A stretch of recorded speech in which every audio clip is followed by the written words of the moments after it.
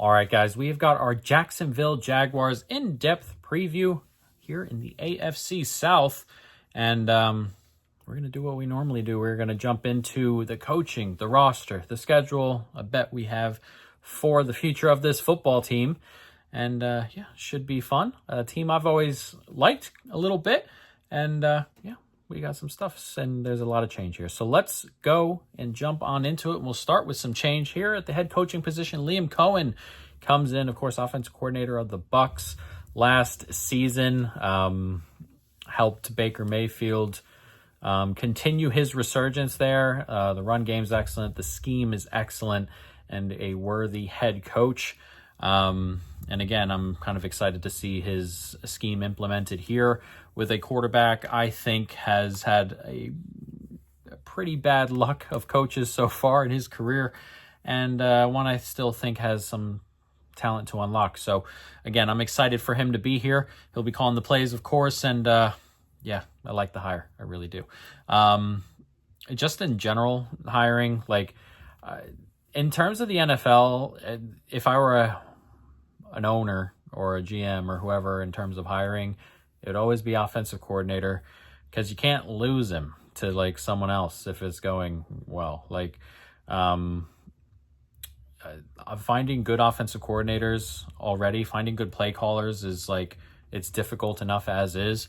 But if you've got a coach that's a defensive guy and he's not going anywhere, then you're losing your offensive guy every 2 years, probably. I mean, the Bucs have lost their offensive guy 2 years in a row because they have Todd Bowles as coach. But you get a Liam Cohen, and if he comes in and he's a decent man-to-man coach and the offense stays the same, you ain't going anywhere. So I really like the idea of offensive stuff. That's just a thought I had to get out there somewhere. Defensive coordinator, Anthony, I don't know how to say this last name, Campanile, whatever it may be. New DC. Hasn't been a DC here before. He was the Packers linebacker coach last year, and he's been around the block quite a bit. But again, Packers linebacker coach comes in, and hopefully he steps in and does well. Obviously, I got nothing for you. I can't tell you if he's going to be good or not, obviously, because he has no genuine experience at defensive coordinator. But we'll find out as the season goes along. But let's jump into the roster here. Quarterback, Trevor Lawrence is the starter. Nick Mullins is the backup. Nick Mullins, decent backup. Someone who can theoretically win you a game or two, depending on the situation. Probably not a starter anywhere, but definitely good enough to be in the league and be a backup somewhere here. And he's a backup here and a player that's decent enough. Quarterback, Trevor Lawrence is an interesting one. Some people like him, some people don't. I'm in the camp that he's better than he's shown still. He's had some interesting years there, some interesting coaches, some interesting teams. But he's coming into a year now where he's got a new play caller who's theoretically really good.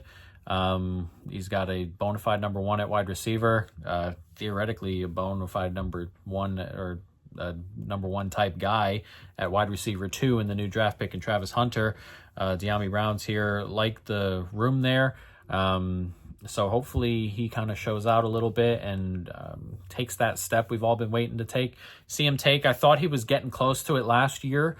And then he got injured and missed a ton of time and, that sort of stuff. But again, I still think there's quite a bit left in Trevor Lawrence, but we'll see. He may just not ever take that step, and he may just never make the jump or anything like that. But again, I think there's talent here.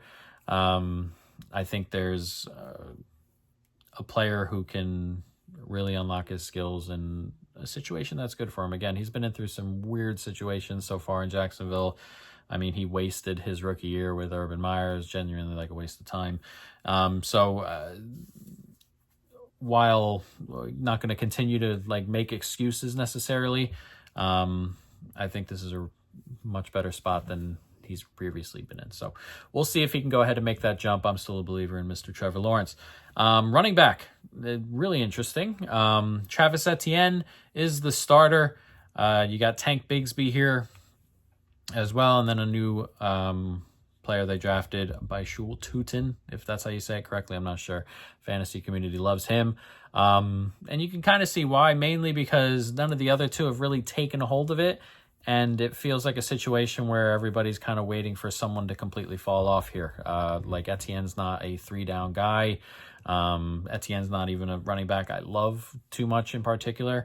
But it also says a little bit to me that Tank Bigsby has not really taken full control of this backfield on his own. So I think this is going to be very committee based until someone really separates themselves after 5-6 games. And we'll see. Again, the offensive line is not particularly great. So it may be difficult, and the run game may be a little bit awkward for the first 5 or 6 weeks, especially because Cohen likes his scheme. But it's a weird room, and it's potentially kind of just like a really good running back away from being completely theirs. Like any like top 15 guys coming in here and taking like all the snaps pretty comfortably. So again, don't love this room. I expect personally Bigsby to kind of be the guy in the second half of the season. Tutin should get his 3rd round work, and Etienne might get a couple things here and there, or may get moved or whatever it may be. But I don't expect Etienne to be the guy late in the season. And again, this feels like a 2nd round draft. Find a good running back somewhere along the line in the next draft or two. So yeah, don't love this room. Wide receiver, all of a sudden looks really great. You got Brian Thomas Jr., who's a bona fide number 1 wide receiver, a top 15 guy. Really good. There's nothing more you can say here. Can go up and get it. Has the speed, has everything you need in a number 1 wide receiver. You have Travis Hunter here, who you drafted number 2 overall, traded up in the draft to go get. We'll talk about him as a corner as well, but as a wide receiver, he's very good. A very, very good wide receiver. Can make some crazy grabs, like just like some possession type grabs. Really great, shifty enough to play in the slot, that sort of stuff. So I really like the addition of Travis Hunter, and Travis won't be bracketed on offense, or even if he is bracketed on offense, that'll leave Brian Thomas open. Or, we can talk about him. De'Ami Brown is the 3rd guy here. I thought I was pretty surprised Washington let him go after his kind of breakout at the end of last year, but another good addition at the 3. So again, a 1-2-3 here that any team in the league would love to have, it feels like, or there aren't too many teams who wouldn't trade for this 3. Parker Washington, Joshua Cephas, Trenton Irwin, they're whatever backups, but again, a really good 3. And a really talented room, especially if Travis Hunter hits the ground running offensively, which I think he will. Tight end, interesting. Brenton Strange is the guy. He's okay. Nothing spectacular. Hunter Long's okay. Joey Munt, it's not a room we have to talk about too much. It's not a good tight end room compared to the rest of the league. But Strange could probably do a thing or two and be serviceable until something better comes along in a year or two. But not a room I'm necessarily writing home about. It's whatever. It'll hold you over, I suppose, but not looking for anything over the top out of this tight end room. Offensive line, not very good. There aren't any players here who were top 30 at their position last year. Walker Little was okay. Anton Harrison was kind of okay. He grew a little bit. He had a better year than the year before, and he's kind of stepped up a little bit, and a little bit of growth there, but still not quite there. You need Little, Harrison on the edges to kind of take steps. The interior, not so good. McCarry is whatever. Cleveland is whatever. Again, none of these guys really ranking in the top 30 at their position, so it's not fantastic. Hainsey was solid, but limited snaps, so we're going to see what a full load looks like for him at center. If he plays like he has in his limited time, he'll be the best lineman on this team at center. So, but again, limited snaps, not too many. So we'll have to see what a full year looks like for him at center. But again, not an offensive line I love. Last year, pass block win rate was 19th. Run block win rate was 25th. And nothing here really screams upgrade again. So unless Hainsey hits in the middle, I'm expecting kind of another year in that realm. Unless some steps get taken again. Unless Hainsey hits, unless Harrison takes another step, unless Walker Little takes a step, you're looking at an offensive line that's not fantastic.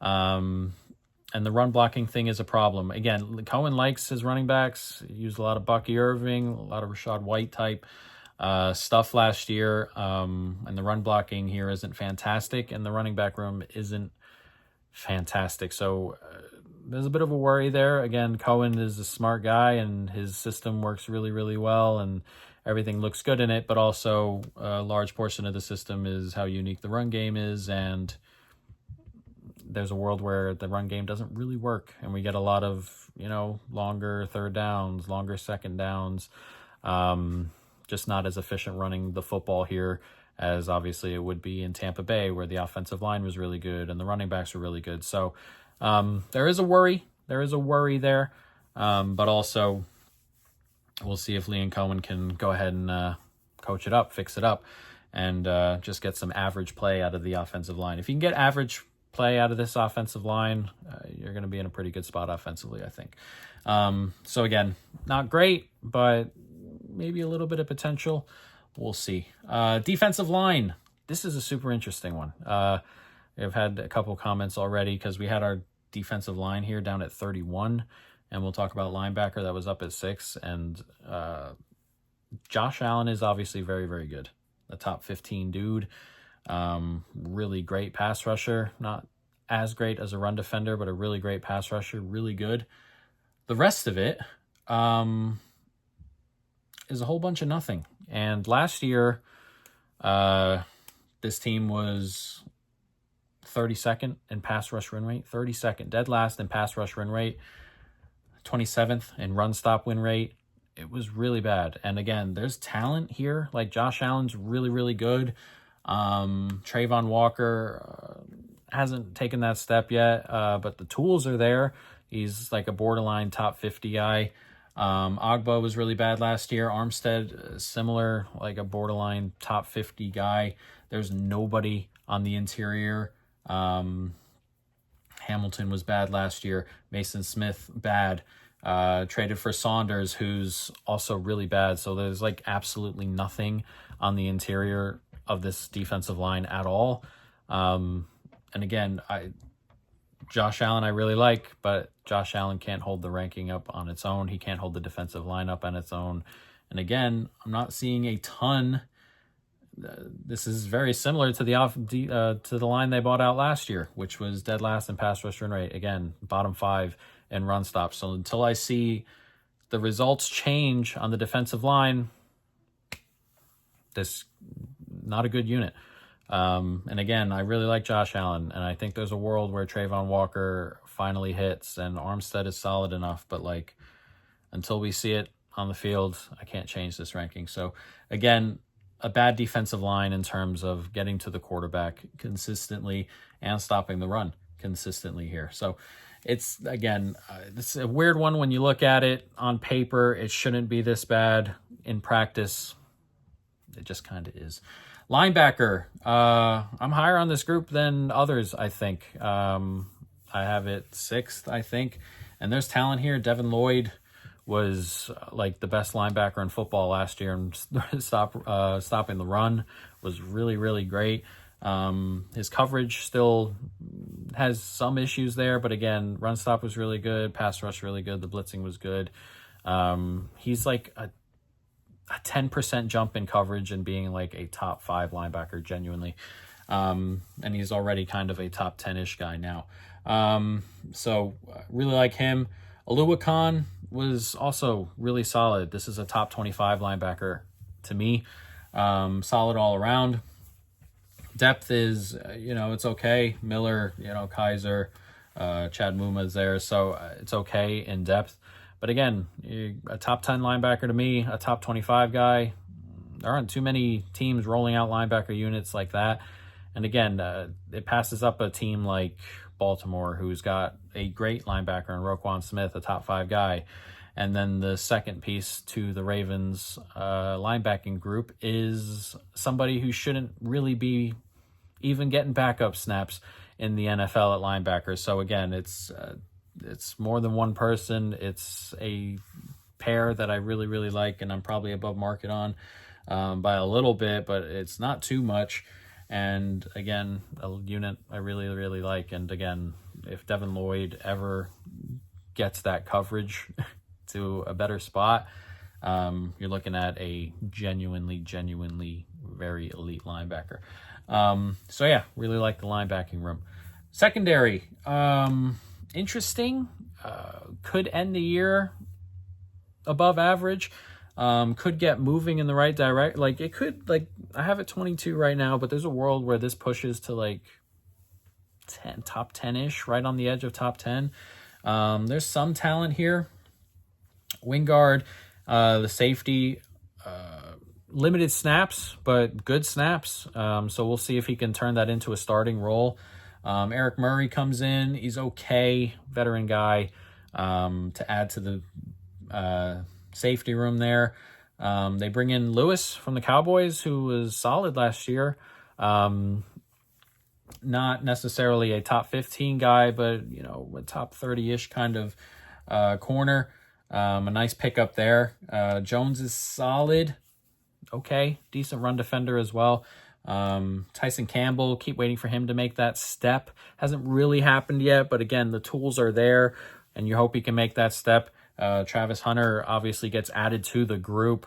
Should be limited on snaps on the defense in terms of just playing corner comfortably. I'm not sure what ends up really happening with Travis Hunter. I expect a lot of offense and situational defense, like a snap here and there, maybe on important drives. If he's comfortably one of their top 3 corners and they need a stop, I imagine you get some Travis Hunter in there. But again, there's room to move up here with Tyson Campbell, step, Travis Hunter coming in and playing well. Wingard kind of translating his snap count to a full starter role and playing at that same level. So again, there's room for this to grow, but until I see it, again, we're slightly below average here. So it's an interesting group, a group with growth, group with potential, but one I can't quite put above the average mark just yet. So there's the roster, an interesting one. Again, for me, there is talent some places. Again, the wide receiver room is really great. I'm still think the quarterback's good. Again, Josh Allen's really good. I like the linebacker room, and secondary is okay. So there are some nice pieces here. And hopefully Liam Cohen comes in and the offense is clicking, and then you got a pretty good football team here, I think. Let's look at the schedule. Schedule's interesting. You start out with some couple of games that I think you can compete in. Winnable, the first one. You got Carolina at home, 2.5-point favorites there. Then you travel to Cincinnati, which will be interesting. Should be a barn burner there. Houston at home, at San Francisco. Kansas City at home is a really tough stretch. One of those stretches where if you lose all 3, is that really out of left field? Probably not for most teams in the NFL. Seattle at home, and then the Rams overseas before your bye there. So again, the front half is kind of difficult after that Carolina game. Lost to the Carolina, and you're kind of looking at a bye week probably that isn't so nice around the vibe of the team. After the bye, you get some road games here at Las Vegas, at Houston, Chargers at home, and then some more road games at Arizona, at Tennessee. After the bye, again, tough start, a lot of tough games, though they're at home, and then after the bye, you get 4 road games and 5. And then the rest of the season is a little bit more comfortable, though division heavy. Indianapolis at home, Jets at home, at Denver, at Indy, Titans at home. So if you're in the playoff push, like if you've won 6-ish games and you need to win 3 out of your last 5, certainly capable the way the schedules come out. But again, it's tough. It's tough. All your tougher games are at home. All your easier games, or quote unquote easier games, are on the road, which doesn't normally make for a schedule I particularly like. So it's a bit of a worry here. But an interesting one nonetheless. And we have a bet. And we're betting on the high side of the offense.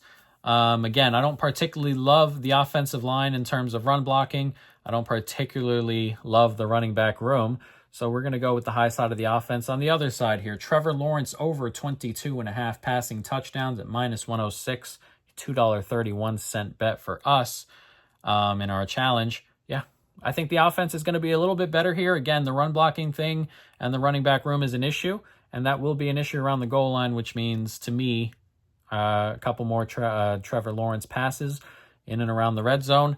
You get Travis Hunter in, again, a great possession guy who can go just grab some of these balls that are impossible for other guys to get. You get Brian Thomas in there. De'Ami Brown, really like the wide receiver room again. Should get guys who can get open. There's big play threat ability with Hunter, De'Ami Brown, Brian Thomas as well.